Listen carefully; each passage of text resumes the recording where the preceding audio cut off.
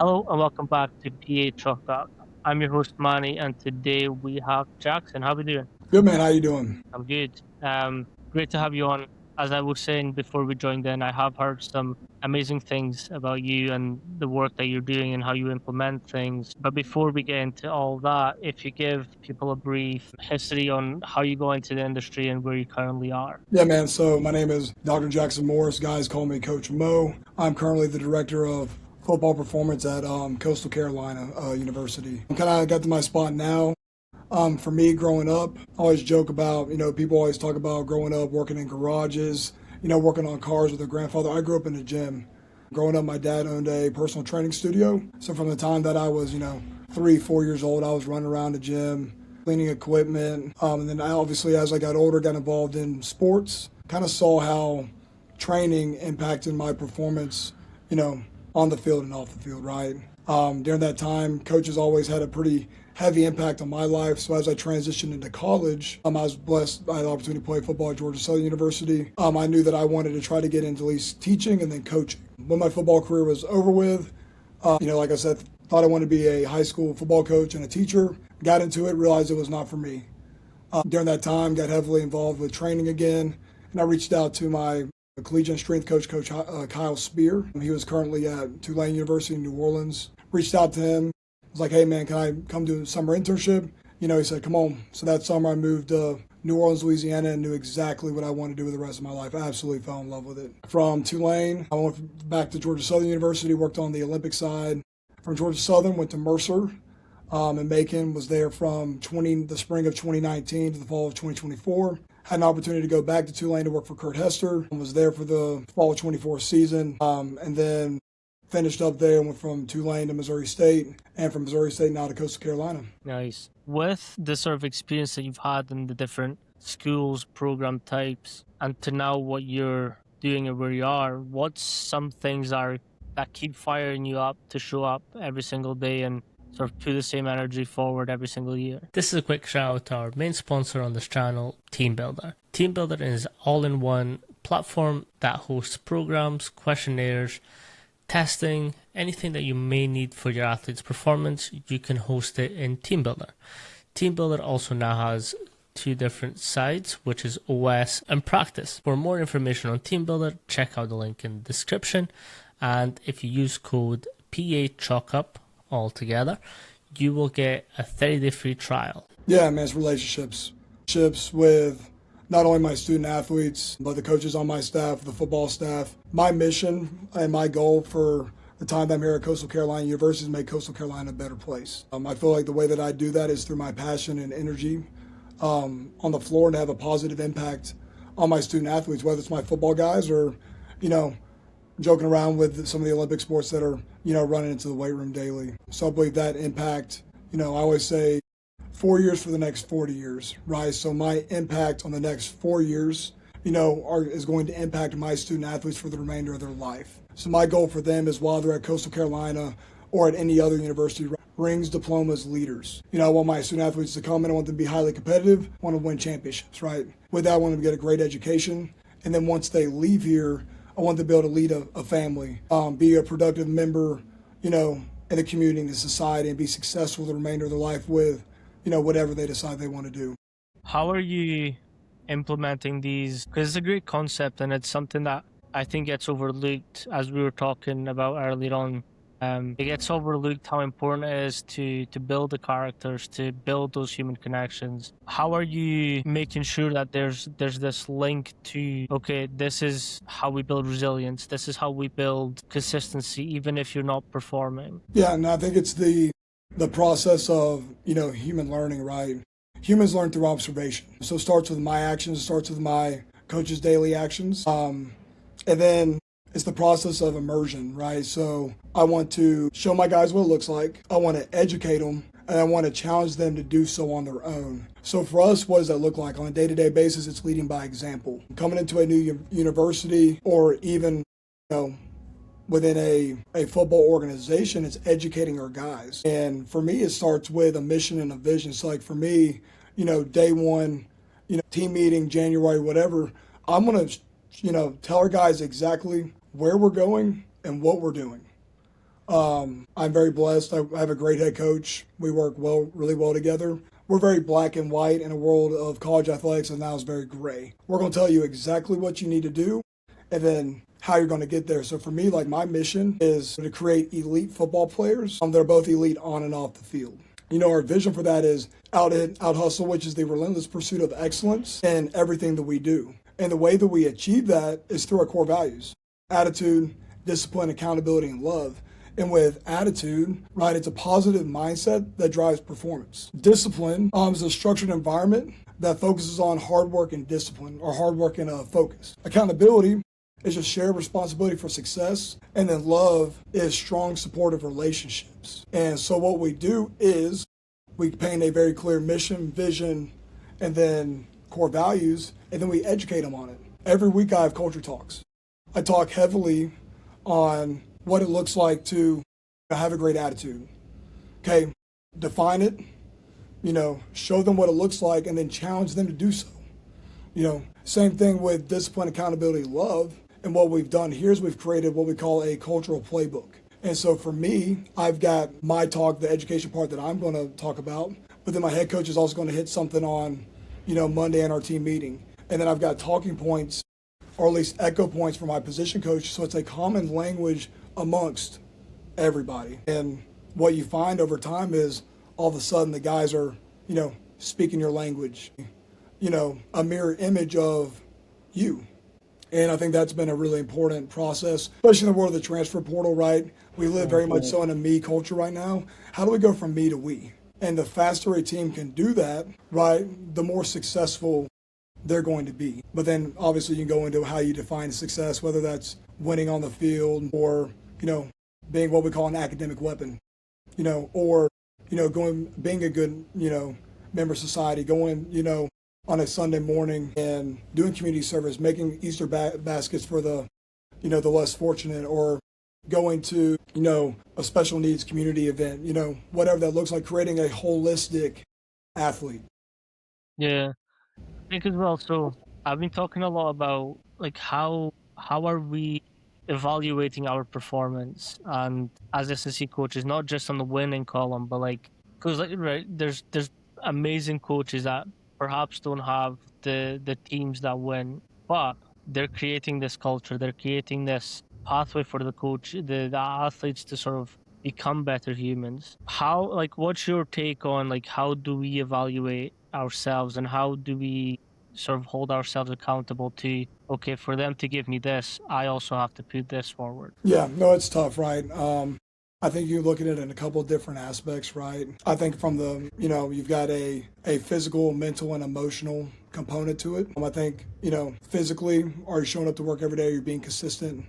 Are you doing everything that you can do on the floor, outside, building relationships with our guys? Mentally, right? Are you challenging yourself and your staff to continue to grow and improve? And then emotionally, this kind of goes back to the consistency part. Like, can you leave everything at the door when you're walking in the door, right? Regardless of what's going outside of, in your life along these four walls, can you understand that you've only got 45 minutes to an hour and a half with these guys, and that the way that you act and respond impacts their life on a day-to-day basis, and it means something? But no, it's difficult, like, right? How do we continuously evaluate ourselves? And that's an area of strength and conditioning, right? It's so much bigger than KPIs, so it's a good point. And I think it's especially like, I mean, you've seen those programs, and we kind of spoke about it a little bit earlier, where they're doing all these little KPIs and, getting that 0.000000 whatever percent better. But like their athletes are hitting life every single day, but they're winning as well. So like how are we measuring like a successful coach in this generation, specifically when there is a transfer portal, and if an athlete doesn't like what he's getting put through, he can quickly change up? Yeah, I think it's a lot of buy-in from your guys, right? It's the building the relationship side of things. It's guys coming in and hanging out. Not only are they doing, go on the field and, they're getting faster than flies. Whatever KPI in the weight room that you measure, right? It's going up, whether it's on the force plate or, under the barbell or on the platform. But like outside of that, are those guys, showing up to extra work? If we have extra work on Saturday as your roster, showing up wanting to get better, how are guys' attitudes outside the building? How are guys' relationships with one another, right? Because we're trying to develop, good humans. What do the relationships look like outside of the field? Are they hanging out, within their position groups on the weekends? Are we doing stuff outside the field to build relationships to where we're going to be more successful on the field? And you'll find like it'll show up on the field. I mean, there were times last year where, at, Missouri State, we were very much so, even though we were an FBS team, we were very much so at an FCS roster. We just weren't there yet, right? It takes time. But we were able to be competitive, and it's because the guys love one another. We were kind of forged in fire. We went through some adversity in the off season. We kind of came together as a team. And when we went out and played on Saturdays, man, you knew that we were going to fly around and play hard, and we were going to do it for one another. But it's because of the time spent with one another off the field. It was the relationships that they built, not only on the field, but, breaking bread with one another, hanging out with each other on the weekends. And I think that was the big difference maker for us at times. Nice. With going back a little bit, you've kind of mentioned the sort of mentorships that you've had and the upbringing through the industry. When you were starting the strength, what was some sort of lessons you learned that's carried you through every stage that has followed? I think I've had a lot of really great mentors, both from a football perspective and from a strength and conditioning perspective. Kind of early on as an athlete, my first head coach was Coach Jeff Monken. He's currently at the United States Military Academy. That man taught me to be a hard-nosed effort. I mean, I got through a fall camp with him, and I thought that I could accomplish anything that I've set my mind to my entire life. Then my next head coach, Willie Fritz, who's currently at Houston, was more of a player's coach. And my position coach, Coach Alex Atkins, kind of showed me that you could coach your guys hard, but also have more of a human connection with them. And as I transitioned into strength and conditioning, I kind of saw the same things from my mentors within the field, right? Kyle Spear, same person every single day. I mean, one of the most consistent human beings now. I mean, I see him post pictures on Instagram at the high school that he's working out in Alabama, and I mean, he is the exact same human, at least from the outside perspective looking in. And then my next mentor, Jeff Ward, was very much so on the relational side of things. And then Kurt Hester really taught me kind of how to reverse engineer, right? And also be completely transparent with guys. I never saw a coach just be, just so completely transparent and straightforward with his athletes. And they respected the hell out of him for it. That's definitely something that I took away from him, and I'll take away for the rest of my career, just being just completely transparent with your athletes. It's not always an easy message, but they need to hear it. Because we lived in an incredibly hard world, and in the current, at least the highest level of college football right now, right? In a lot of ways, we're not really doing a great job preparing them for life after football. And they get done with football, and life's hard. So any way that we can kind of connect those dots to help them prepare them for life is, huge. Yeah, 100%. It's a funny thing that you mentioned. I've always sort of gone back to this, and we're probably in this industry because at some point along the lines we've had a teacher or a coach that said that one piece of thing of advice or this little message or take home that completely changed and made it a good experience for us to be like, fuck yeah, that's the person I want to be for someone. Yeah, and it's funny, I was doing like trials for the development squads in Scotland, and one of my coaches was like, shy boys don't get sweets. So in the sense of like, if you want this opportunity, if you want to get this thing, you can't care what everyone else is doing or saying. You have to chase it yourself. And like since then, that's always playing in the back of my mind. Like anytime an opportunity comes or anything comes across my desk, I'm like, fuck yeah, let's go. Yeah. Because it's that thing of like, shy boys don't get sweets. So if I don't get it, the worst, I'm going to be in the same position, whether I say yes or no. So I mean, I may as well go for it. Yeah, absolutely. With the sort of programs that you're running, how are you developing your athletes as soon as they come in from like a freshman to then their development through their collegiate experience? Yeah, and I'll kind of start here. Like, I very much have a developmental mindset. Every school that I've been at, in my mind, has been a developmental school. Now, I do have, a little bit nicer frames here than I've had in the past, right? But at the end of the day, especially in the current realm of college athletics, nobody's really getting truly developed. So for me, I always talk about, you're going to evaluate them, you're going to meet them where they're at, and then take them where they need to go. For me, in the early off season, or when we get freshmen, training is incredibly general, and the closer we get to football, the more specific we become both on the field and in the weight room. For me, we're always going to start fast on the field. Why? Because that's where our guys play. And then we'll transition into the weight room. In a typical off season, I have 4 main training days. Mondays and Thursdays for me are all about speed. I'm a big believer that, as an athlete, if you can get from point A to point B faster and more efficiently than somebody else, you have a greater opportunity to make a play. Then it's up to you as an athlete to go make that play. Mondays for me are all about max velocity. Thursday, very much so acceleration. Depending on the time of year, my Monday is either more rep effort based or dynamic effort based. I'm very much so conjugate based in my program, at least bastardized conjugate based, right? And then Tuesdays and Thursdays, I'm an early off season, are kind of like a change of direction, deceleration / conditioning kind of teach. And then the closer we get to football, it becomes more football specific with our drills that we do. And then in the summer, it's realistically like position-specific drills and then like OTAs. With that, as when we transition into the weight room on those days, my first movement is always power or Olympic-based, and then it follows with your main strength movement. Typically, my bigs stay bilateral. Why? Because that's where they get paid. While my skills are working on being dynamic, more on a single leg or even strengthening on a single leg. And then all my back end work is just tailored to needs, So that's kind of how, at least from a basic standpoint, my program is concerned. With freshmen, I know that was your initial question, right? Freshmen are I don't want to say difficult situation, but it's interesting, right? As an 18-year-old coming into college football, I've got 7 weeks to get them ready to potentially compete against, now, you're talking about 23 to 25-year-olds. I mean, I've got a quarterback last year, Jacob Clark, that was 25 years old. He'd been in college football for 7 years. So that being said, it's being brilliant in the basics, right? It's, for me, I've got 6 foundational movements: squat, hinge, push, pull, single leg core, but also getting them ready to freaking, be going toe to toe with a, 335, pound, tackle that's 6'5" and bench presses 400 pounds. So yeah, as much as I want to goblet squat and dumbbell bench and do eccentric push-ups, you got to go toe to toe with that dude. So it's somewhere in the middle, right? Every freshman class is different. So I'll start with kind of like a 2-week evaluation, right? And then depending on how they're moving, either transition the group into a more, accelerated program or just adjust.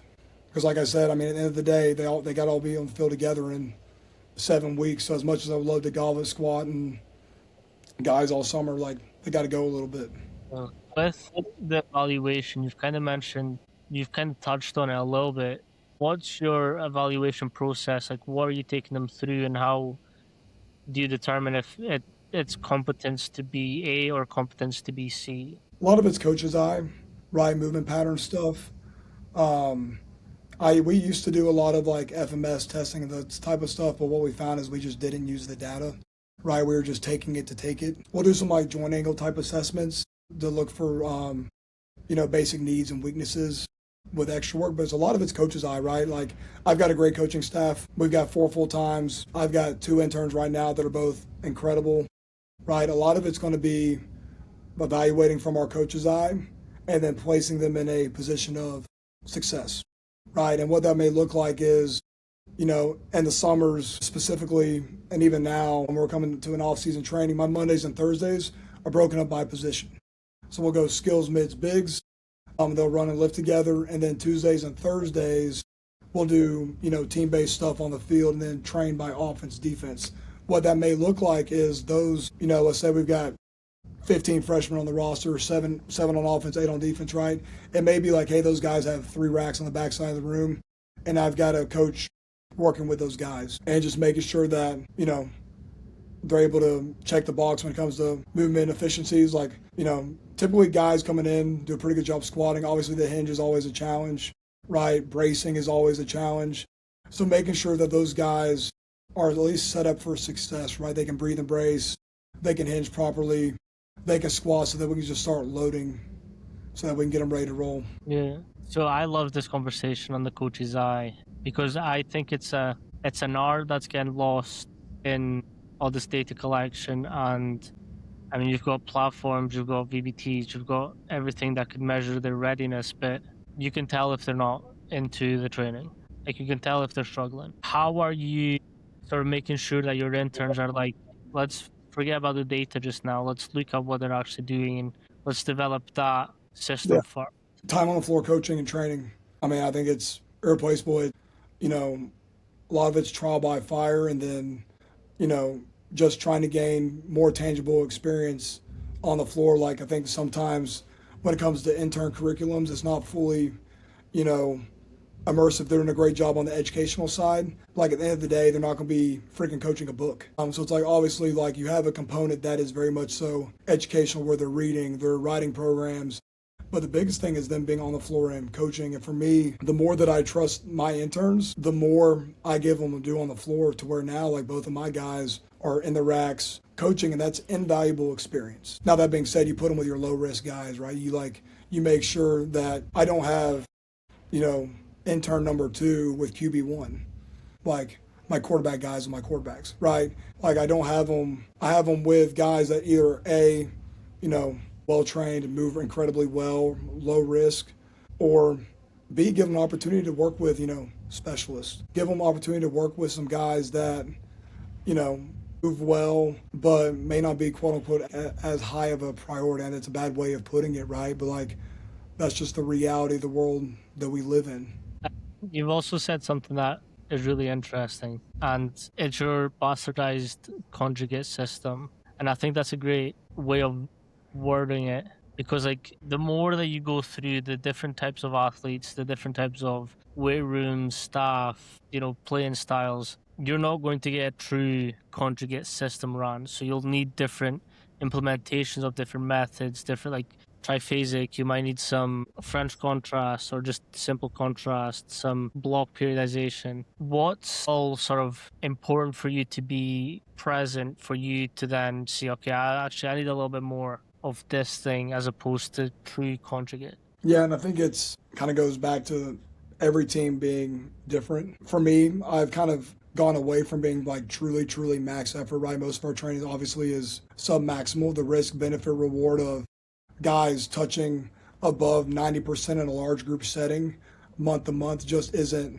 there, right? So when it comes to my periodization, like, a lot of it falls between, you know, 70 and 85%, right? I would rather, you know, train at a lighter intensity with better intent at the end of the day versus grinding through, you know, a max effort, you know, 90 single every few weeks. Now, for me, a lot of times, like, if we're training, let's say we're training at, you know, 85%, we're hitting doubles, and a guy feels good that day, like, we'll let him go.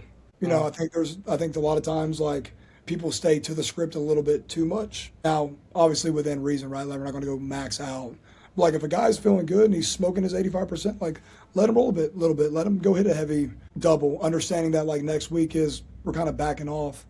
So a lot of it is a lot of emphasis on the dynamic effort, especially in summer as we're getting closer to football, trying to be more dynamic the closer we're getting to sport, and then just being smart with the intensities on our, you know, I'd call more sub-max effort days than our max effort days, right? Just understanding that everything that we do is a stimulus. So I could smoke them in the weight room, but at the end of the day, if they look like shit on the field, then I'm not doing my job.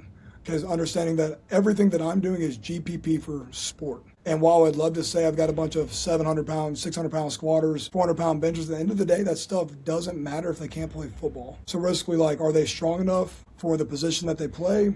And are they going to be resilient on the field? Because at the end of the day, their best ability is availability. The team that is the healthiest at the end of the year has a better fighting chance than a guy that has, or a team that has, you know, only 85% of the roster available in the last game. 100%.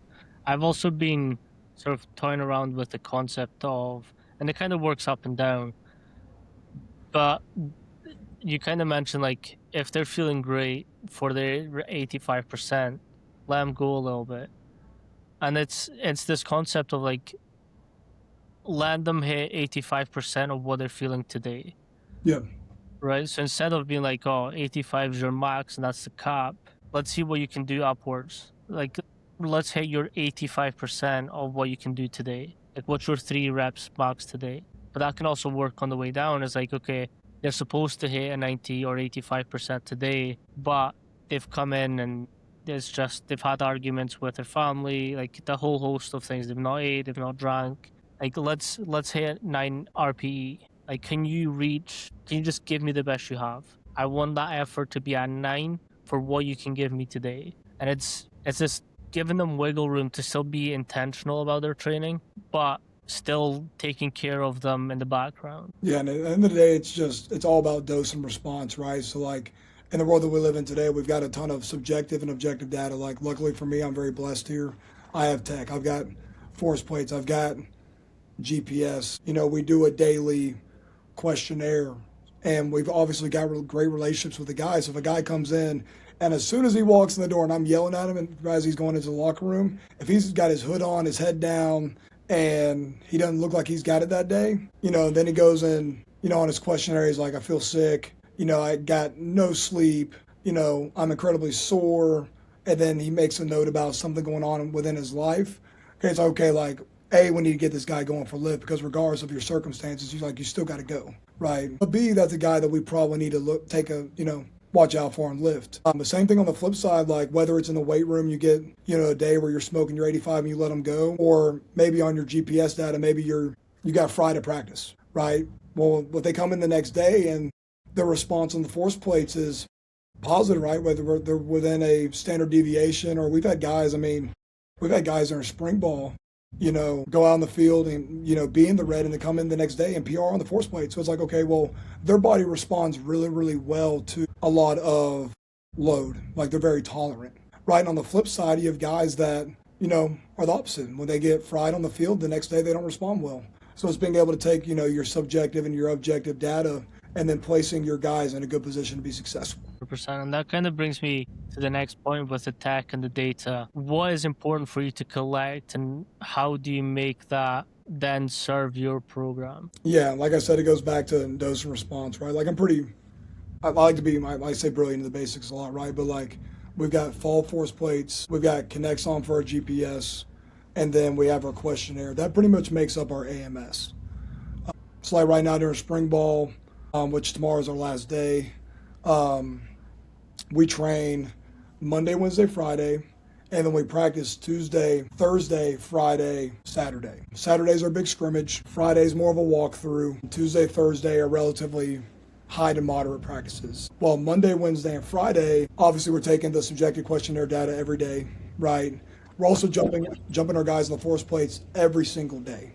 So we jump them on Monday, Wednesday, Friday. So on Monday, we're like, okay, let's see how they, you know, are responding from the scrimmage on Saturday, see if they took care of themselves on Sunday.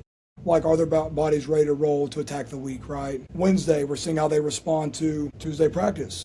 And then Friday, same thing. How are they responding to Thursday's load, getting ready to go into a low practice day where we're just kind of moving around for an hour, right? Getting the blood flowing, going over like more of a mental load type day, to where like Saturday, like it's all bets off, like let's evaluate our guys, see where our roster is at. How are you developing the load accumulation throughout the sort of preseason leading into in season? Yeah, so everything for me is reverse engineering, right?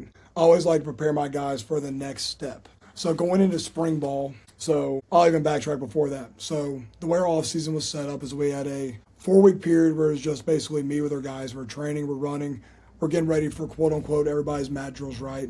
And then we had 3-4 weeks of mat drills, spring break, and then a 4-week spring ball period. And then I will actually get 4 more weeks after spring ball, which is awesome. So we always break it into all parts of our program into periods, right? So we had winter conditioning, mat drills, spring ball. After spring ball is evaluation. We're evaluating our roster from a football standpoint, from a strength and conditioning and performance standpoint, right? And basically preparing for summer. So with that, I had 4 weeks of training to get them ready for mat drills. The Friday before mat drill started, I did a mock mat drill.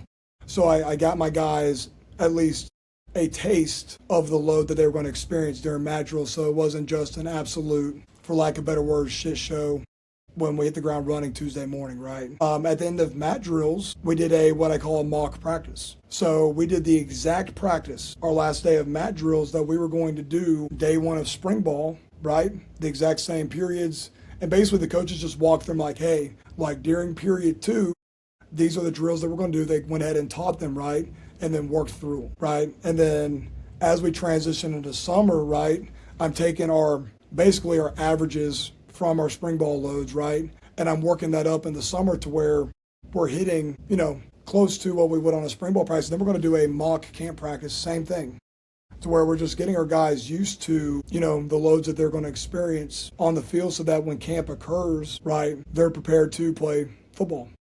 What's mud drill? You've got me interested. Yeah, so we don't really do a true mat drill here. What I would call old school mat drills are just basically toughness drills. I mean, football coaches would literally run their athletes into the ground doing very general agility drills, right? Like cone drills, ladder drills, bag drills. And it's typically they're like 6 to 8 stations. At each station, you explain the drill for about a minute, and then you're getting as many reps as possible within a 3 to 5 minute period. And then, you transition to the next drill. If a drill wasn't done correctly, you send everybody back and you got to do it over. So typically it's about a month of just digging holes. Love it.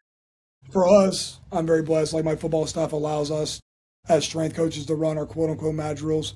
And for me, they're very football specific, right? They're, you may start the off season with your very general cone drills, right? But like during our mat drills, we're doing our curved running, we're doing our contact prep, we're doing open field tag off drills. We're trying to get our guys, mirroring one another, trying to get guys used to the high speed change of directions and the demands that they'll feel in a practice. Yeah. With, matching loads and making sure that they're able to keep up with the demands of the sport, but then the intensity of training. Are you spending much time looking at internal loads, or is it just deal with it? Yeah, so we're looking at our acute chronic workloads. We track them day to day, both as a team and then individually. So we've been able to kind of manage that. Obviously, that first week, coming off of spring break with no activity, our acute chronic workload was through the roof. The way that our spring ball is structured with a day off in between, that kind of really helps us kind of stabilize. And then that Friday being a low day, I mean, it's super, super low. Allows us to kind of get after it on Saturday and within, making sure that our training loads and demands aren't too high. And then also that first week, we did a really good job of kind of building up practice, right? Like day 1, I think we was like 16 periods. Day 2 was 18. Day 3 was 20. So, I mean, you're talking about like a reasonable, build up into practice to where like our guys were able to manage and mitigate any type of like real serious like soft tissue. What's some lessons that you're still learning in the S&C game at this point that you're like, damn, I wish I knew this earlier? Yeah, I mean, just being more open-minded. Right, like for me, I have to remind myself I got to continually, reevaluate and then innovate. Understanding in the world of college athletics today, where it's constantly changing, like I'm either going to adapt or change or become irrelevant. So I think it's just constantly going back to meeting our guys where they're at, taking them where they need to go, and not overcomplicating things. Right, like at the end of the day, all we're doing is preparing our guys and girls to play sport. And I think nowadays people got, get too in the weeds and too in the specifics, a lot of different things within our field, and overcomplicate a lot of things. Like, let's be brilliant in the basics. Let's get our athletes to move well, and then let's get them ready to play whatever sport they're training for.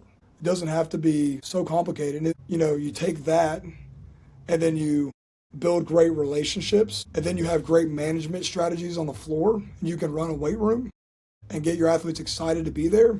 You'll see, a lot of buy-in and really great results, especially when you got great people on your staff, man. It always starts with, recruiting and retaining. This industry is all about people. It's you bring in the right people, you invest in them, you deploy them and delegate and put them in a great position to be successful, and you're able to build something really, really special. With something that you're saying is you kind of have to adapt and be open-minded to what's coming up in the field. I had this conversation with Brian Mann, which is super interesting. Was like, how are we adapting to AI as coaches, and how is it being implemented in programs? And we had this great conversation, which admittedly I could have done better myself as a host to explain it a little bit better. But in my head, I have had this conversation with Brian Mann previously, so I didn't feel the need to go over it, which was entirely my mistake. But it was essentially this thing of one, we can identify patterns quicker, right? So if we just input all our data into and look for this very specific 2 or 3 KPI, we can identify trends quicker. Athlete X is gets more fatigued as the week goes on, for example. This is what I found with it. His jump height decreases, his takeoff velocity, peaks at X time, whatever the metric may be. But it's this concept where like now we can get a bit more specific into the individual athlete as opposed to like this is a blank statement for all the athletes. We all have to match it. As opposed to like, okay, this group you're slow to get out of the hole, but you reach peak velocity faster. Or whatever it may be. This is just, making stuff up, but it's like it's becoming specific, and I'm now in a position where I get interns reaching out to me. It's like, hey coach, I'm struggling to get jobs, like what do I do? And I'm like, well, what are you currently doing? I'll lay off, and I'm like, have you thought about looking and learning how to use AI to help programs become better? And they're like, oh, like how do I do that? And then it's just like, well, people are scared it's going to take away jobs. So what you can do is become really fucking good at it. Yeah. And then in your interview, be like, hey, I'm really good at identifying patterns. I can recall AI. I can, fix AI models to fit what your program needs and make sure that everything's running as smooth as possibly can for what we have. Like that, that's a fucking skill now. No, it's So it's like, incredible. We haven't. I mean, it's a great point. I haven't used AI to even. That's an incredible idea. But I've got an intern here that runs R to bucket guys on our force plates. Just little things like that. Like that's invaluable. It's showing how like that can progress over time. Like I've never thought about really using AI, but it could be an incredible tool. So like that's what I'm finding. Like I've always wanted to see. Like I'll hold my hand up. I used to be very against AI, but then I was like, right, I'm not going to be that fucking coach that just denies something just because of my preconception of it. So I was like, let me fuck around with it. And I was like, that. I've used it pretty heavily recently. Just our days are crazy, right? Like I'll take research studies and dump it into ChatGPT is like, help me analyze this research study. I'm looking for this, this, and this. And obviously it takes like a 30-page, research study, and it gives me 2 to 3 pages of the data that I need and how it can assist me. So I've used it pretty heavily on that side of things, but I've never thought about it, evaluating, programming or even evaluating athletes. Yeah. I mean, I can show you some stuff at the end, but yeah, I think coaches, because like, what are we wanting to do most of? Be in the weight room with our guys, right? Like that's no coach wants to be in the office. We'll call it as it is. Like I now find myself like, how can I do all that I need to do in as little time as possible so I can spend more time with my guys? And again, I'm private, so like my guys come in when they come in, but like all my automations are done. So like as soon as they come in, test, boom, I could just dump that off and then just move on. And I think younger coaches, to become more hireable, they should look at like taking that piece of the pie from you guys. Is like, okay, coach, I'm really good at this. I can take this load off you, and like your system works. Yeah. Well, even for us, like right now with the technology that we have and the data that we take between, getting everything into Excel and like Power BI, I think it takes us like, I want to say an hour and a half to get all the data like really come through. An hour and a half is fast. But, you think about like some of these organizations now, like Teamworks Performance and then like Whistle, like they'll talk to you about like, hey, like we can do all that in literally 13 seconds. You're like, holy smokes. Yeah. But even trying to figure out on our end, like how could we, find a way to do that ourselves so you're not having to pay for, $20,000, $25,000 a year for, a service that is literally just using AI. I'll show you some stuff at the end. No, I appreciate it. Definitely could use it. But no, it's something that like I had this conversation with Bo Sandoval, and it was like our effectiveness as coaches is like how can we progress our athletes, but most importantly, like how can we put forward what we took so long to learn into our interns. Yeah. And it's like that is kind of being lost because some interns now are just rack builders or truck cleaners or name the shitty job that you can give an intern. And it's like, how does a successful program build their internships, and like how is that built over time? Because like I know for sure, like early on, I thought I was the fucking man. I was like, I know best. Until I go into a real program and I was like, oh, actually, I know fuck all. Let me shut up and clean. And then, like, the more efficient you become at these skills, the more tasks you get. The more tasks you get, the better responsibilities. And it's just this growth of like practical coaches tend to be the best, and intern program developers. Yeah, no, like for me, I kind of take a, for lack of better ways to explain it, like a tier-based approach, right? So for me, there's three aspects of a triangle that like coach needs to be, proficient at to be a successful coach within strength and conditioning today, right? Obviously, from the programming aspect, right? Like you got to be knowledgeable with the science and the kinesiology side of things, right? The next part of it is relational. Like in this day and age, like when I was, an athlete, if a coach told me to do something, like I was going to do it. Well, now, like athletes don't care what you know until you know that they care about them, right? So, you got the relationship aspect of it. And the third part is the managerial Mm. and, the command aspect of it, right? Like for me, as a coach, we're all teachers at heart. So, how are you able to command and teach within a weight room setting? So, for me, when I'm creating a curriculum, we're basically rotating between all three of those things. One week is very heavily like, hey, like, we're going to talk about the X's and the O's. We're going to follow that up with some type of article and a video, and then we're going to continue reading whatever book we're reading that summer. The next week, boom, we're getting into some type of teaching our managerial component, talking about like different learning styles, like how humans learn through observation, or just even the process of learning. Talk about like the leadership pipeline, the leadership square, which I'll talk about here in a second. And then the third aspect, right, talking about leadership. And today, like as strength coaches, we got to be visionaries. We got to be able to motivate and remind our athletes of the long-term vision in mind, because obviously, from at least a football side of things, right, like there's never a down period. Whether you're an athlete, coach, support staff, it's a grind.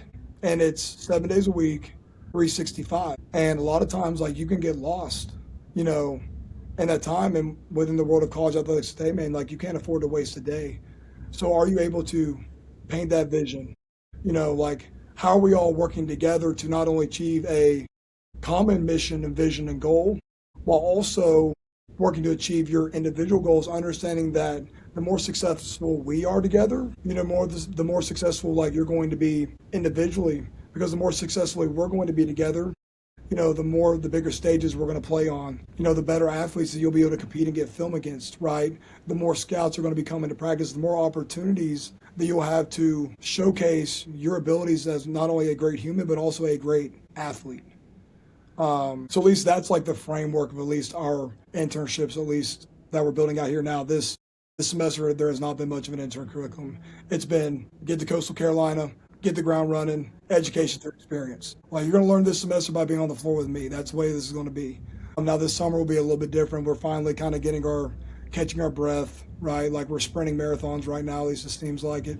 We're kind of getting our feet together. We're kind of in a really good rhythm and a groove. So we're actually able to, start building some of that stuff out. But then taking our interns through, the leadership square, right? Like tell them like, hey, like, and this can be applied to everything. I do, you watch. I do, you assist. You do, I assist. And then you do, I watch and evaluate. And it's deploying them out, right? Go do a task, them going through the task, me evaluating them. And then if they did it right, great. We're moving on to the next thing. If not, boom, we're going to try to do it again. And that could be applied to literally everything, whether it's, hey, you're going to set up the nutrition station today, like, this is what it looks like. This is where these snacks go. The logos are up. It looks good. Boom. Hey, you did it incorrectly. Hey, here's some corrective feedback. Let's try again, later today. Or like, hey, you're speaking in front of the team. You got to get from point A to point B as fast as possible. You got to communicate clear and concisely, allow them to do it, evaluate them, challenge them to do it again. Whether it's teaching, if we're working with a freshman, a goblet squat, we're talking about the 4 points, feet, posture, breath, depth, or breaking down a clean. We're talking about the first pull, the transition, the second pull. We're talking about receiving the barbell and dropping under it, like regardless of what it is, by putting them in a low risk situation to be successful, and then challenging them to correct or do more. I love that pyramid teaching sort of principle because that's a really good one as well. Because you're essentially they're watching, they're doing, and then you're watching at the end. That's fantastic. Big fan. What's beautiful about it is it can literally be applied to everything. Yeah, Coach Mac, I don't think this is a secret. He reads a leadership book to his guys at the beginning of every session. Like he takes an excerpt of that book and he's like, today's rule is X. Yeah. And he kind of runs through that. And it's fascinating to watch because every athlete is watching him. And like they're thinking of ways that they're able to implement that. And that's fascinating to me. Yeah, I think one thing that I've got to implement and do a better job this summer is like we're going through the process of kind of like developing our leaders and educating them. But now it's like, hey, now let's give our leaders specific tasks and then see if they completed said task and then give them feedback. Yeah.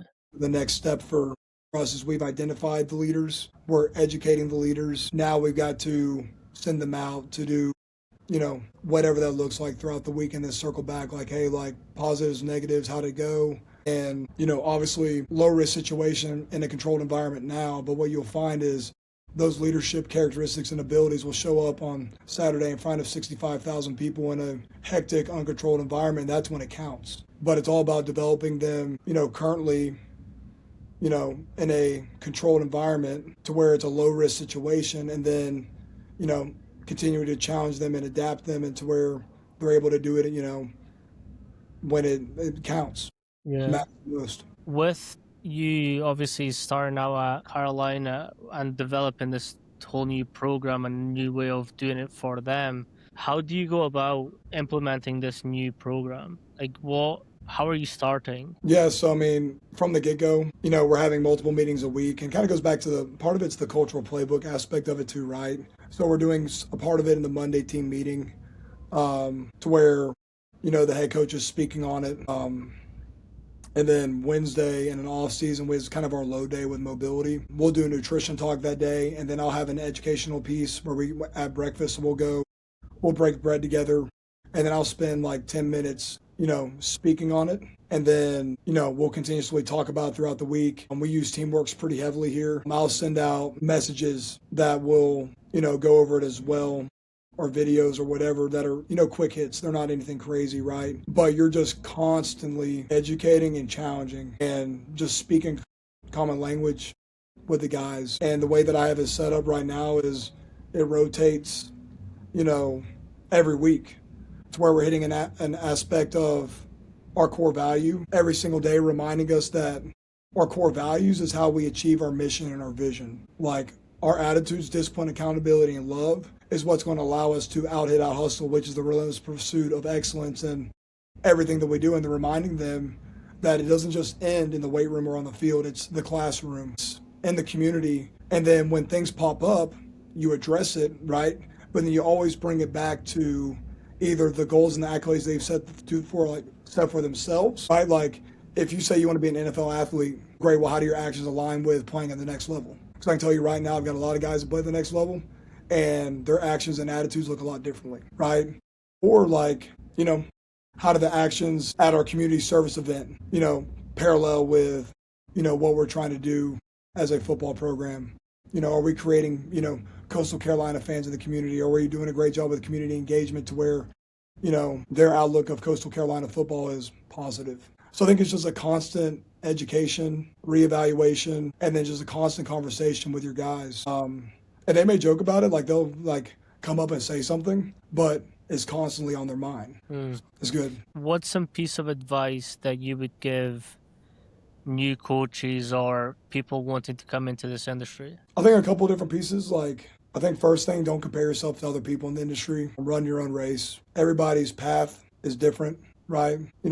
Continue to work hard and trust the process. I always say, like, trust and love the process. And at some point, like, the process will love you back. This can be an incredibly difficult and challenging field. But for me, like, I could do a lot of things with my educational background, but there's nothing else that I would rather do than be on the floor of my guys on a day-to-day basis. I've got the greatest job in the world. And I tell people all the time, if you can't see that I love my job through the passion and energy that I have on the floor coaching, then I need to retire. Like it's my time to hang the whistle up and do something else. So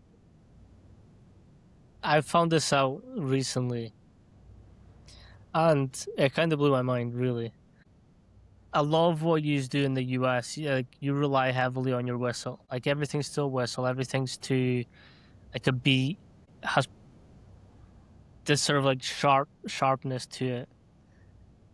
Since he coaches in Europe, don't use whistles. And like I've just found this out, and it's blown my mind because like Yeah. they'll just shout, and I'm like, why is that?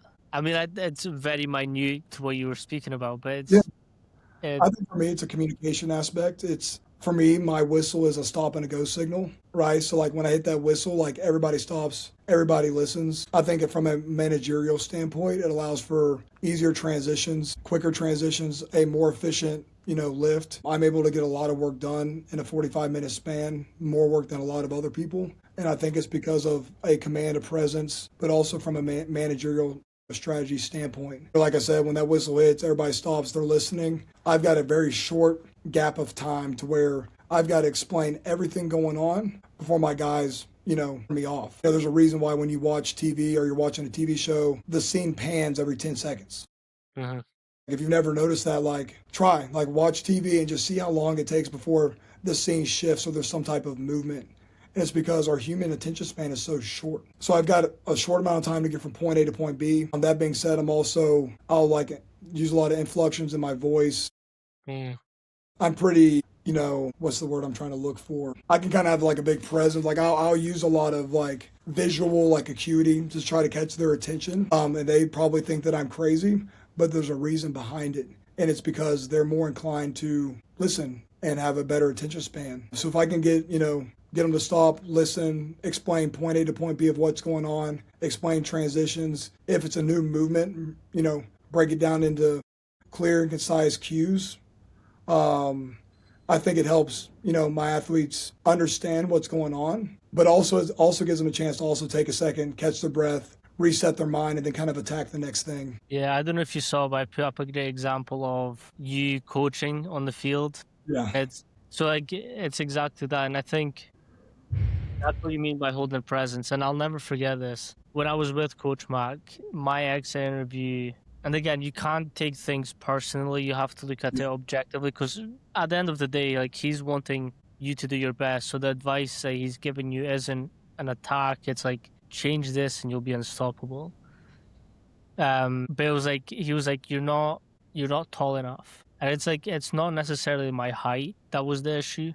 It was like my presence within my size, and it's like that was a fascinating thing to come across. And again, it might have been about confidence. Like I live in the UK. We're not rah rah here, and I had to like go into a weight room that was rah rah all the time. But it was like it's like this thing of like how important the presence element is to coaching and how even that can drive your athletes to squeeze a little bit more out of them. Well, like for me, right, like I have kind of a bigger personality on the floor coaching. I tell my guys all the time, like, I don't want you to be me. Like, I'm not here to create soldiers. I want you to be your own coach. If you're not a rah-rah guy, don't be a rah-rah guy. I've got a lot of guys on my staff that kind of can be and are, right? But, kind of know, and I make sure my guys know all the time, like when you're on the floor coaching, like know your role. Like what is your role and responsibility right now? What area are you working? Who are the guys that you're working with? What are the pieces of technology that you're utilizing or tracking, right? Like know your role and responsibility and own it to the best of your ability.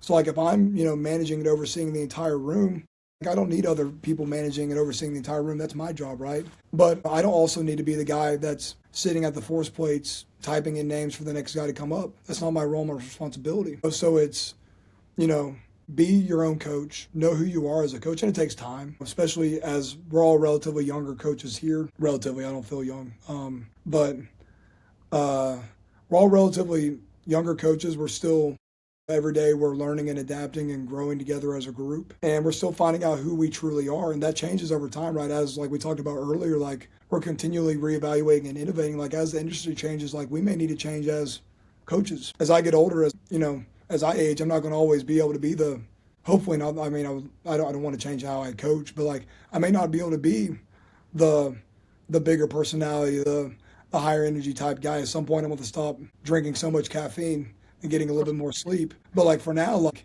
I'm not here for a long time. I'm here for a good time, right? I'm going to coach my ass off and I'm going to coach my guys hard. I'm going to hold them accountable. And my job is to be the best version of myself that day.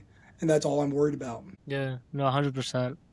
I've also loved what you said about breaking bread with your athletes and coaches and how that can bring up that next piece of like being a family, being a unit as well. Yeah, man, there's nothing better. We got done with a scrimmage, I think 2 weeks ago now. And we got done with the scrimmage and we immediately got off the field, changed, and we're all eating hamburgers together as an entire football family. Then we went to a baseball game together. So it's just spending time and hanging out with your guys. The guys need to see us interact and be normal people. The guys need to see me with my family. My guys need to see me interact with my staff outside of being on the floor. They need to see me, interact with my wife and be a husband. And, they need to see I don't have any children, but my assistant has Carter as a baby. Like, they need to see him interact as a father and as a husband and just see us as normal people, not just like quote unquote like robots. I think a lot of my former athletes probably see me as a robot, and that's fine. Like, that was my role and kind of the persona that I brought on. But like at the end of the day, like, they need to see us be real people. Yeah, 100%. Yeah. Coach Mo, appreciate you so much for coming on today and spending some time with us. If you can let people know where they can find you and sort of reach out to you for any follow-ups or any questions. Yeah, the best way is through Instagram. I can't even think of my Instagram handle right now. If you like search up Coach_Mo66, that's the best way. I don't do an incredible job getting back to people all the time, but if you message me, I'll get back with you.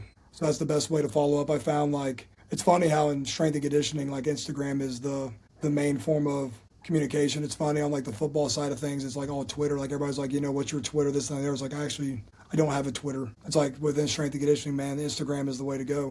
So I'm a Mike Boyle against Twitter. I say death to Twitter. It was funny. My first internship, Al Spear, like my first week interning on there, it's funny that he even said this. He probably doesn't even remember. He asked me if I had an Instagram. I told him it was like your job, like your assignment tonight is to make an Instagram. And I went home after I got off work that night and made an Instagram. It was funny. I made like 10 posts that night, not even knowing. And he's like, came in the next day. He's like, hey, you went strong there. 10 posts in a day. I like that. It's aggressive. I was like, yeah, I had no idea. Nice. To be fair, that's one of the first things we got as interns as well. Is like make an Instagram, call it coach, whatever you want to be known as, and start posting. Yeah. So yeah, but like so it's that on LinkedIn. LinkedIn's becoming like this. This is my cock size. Look at my job. Look at my badge. And I'm not. I can't be fucked. I've got one, but I'm not active on it. Like, I've got a Facebook. I'm not active on Facebook. The only one that I'm truly active on is Instagram. Yeah, no, that's the best one. No doubt. No, I appreciate you so much, Coach. Yeah, for having me on. It's great.